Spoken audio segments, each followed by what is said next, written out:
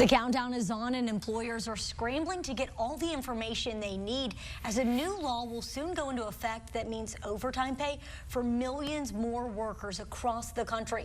This morning in our Virginia at Work segment, we're joined by Lynda McNutt Foster, the CEO of Cortex Leadership Consulting, and attorney Tommy Strelka from the Strelka Law Office. Thanks you two for being with us. Thanks for having us. Thanks for having us. So we'll start with you this morning, Tommy. What does this new law mean for these employees? What types of workers will it affect? Right. Well, this will affect one of the largest populations of workers in the United States and Virginia, and one of the largest growing populations of workers, and that is your typical administrative office worker. Think of a clerk, think of a data processor, think of someone who's working in an office environment, an office staff member. So it affects a very large portion of America's labor force.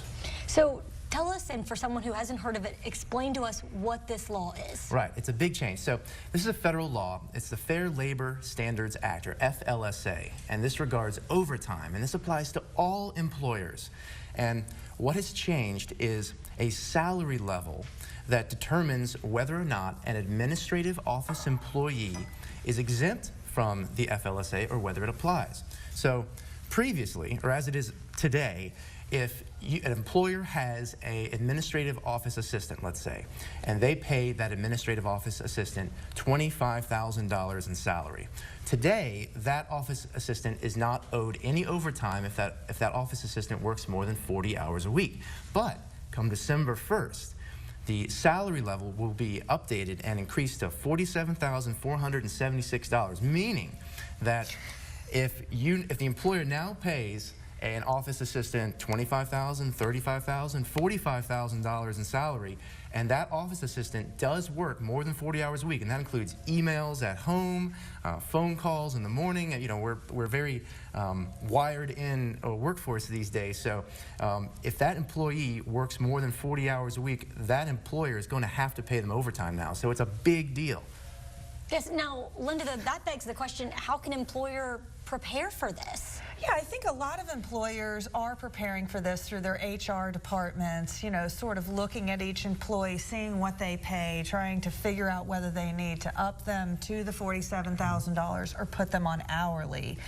The real thing here, though, from a leadership perspective is that I think it could affect morale of certain employees. You know, I remember when I went on salary for the first time, that was a big deal, and that was a separator in an office a lot of times. And you were very proud of that fact. And so moving people to hourly could affect how they see their job, their perception, things like that, and just the communication flow that's going to be affected.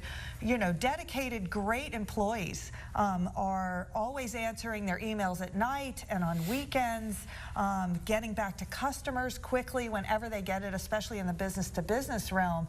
And all of that is going to need to be looked at as of December 1st. And very quickly, you're going to have more information about this to help people, correct, in an article? Yes, I wrote an article that you can go to virginiafirst.com and then type in Virginia at Work. And last night in Becky's story, where we talked about it, you can go down and click. You can go to my website, Cortex Leadership blog, and it'll be the last one. And it has lots of information for you to be able, for any of the employers or employees to look at and find more information about. Answering a lot of questions for people. Thanks, both of you, for coming in this morning. Thanks for having us. Thank you. Stick with us, everyone. Good day, Virginia. We'll be right back.